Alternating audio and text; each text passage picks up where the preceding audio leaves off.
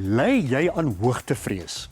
'n Taai meisie in Cleaner hang vreesloos oor afgronde. Sy's 'n oud soldaat, maar was nou die vensters van toringgebouwe. Wees gewaarsku. As 50 verdiepings onder jou duiselig maak, gaan Cleaner jou kop soos 'n tol laat spin.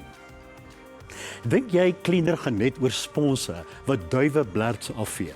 Die voëls is die minste van die probleme. Hierdie meisie raak daarbo vasgekeer, en dit in die nag.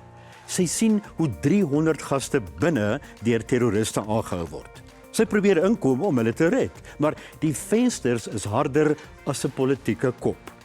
Cleaner se storie is vergesog en laat jou verbeelding uitrafel. Net die Amerikaners kan so iets uitdink.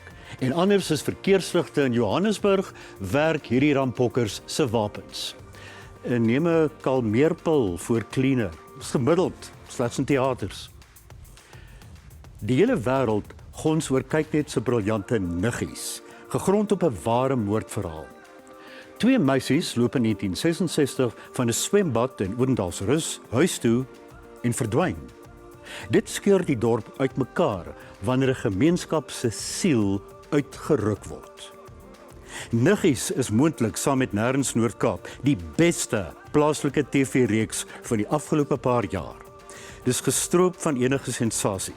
Die reeks is oorbluf deur hierdie gruwel, maar beeld dit nugter en deeglik uit. Veral Jaco Bouwer verdien lof vir sy stylvolle regie waar die gruwels en verval die karakter se innerlike weerspieël. In alle opsigte is Niggies meesterlik. Kyk daarna. Niggies sal jou tussen die oë slaan op Kyknet en DStv Catch-up. Jy kan hierdie resensies op Ontbytsake se webtuiste lees. Volgende week is spionasiedrama Black Bag, asook die spannende Locked. Ek groet tot dan.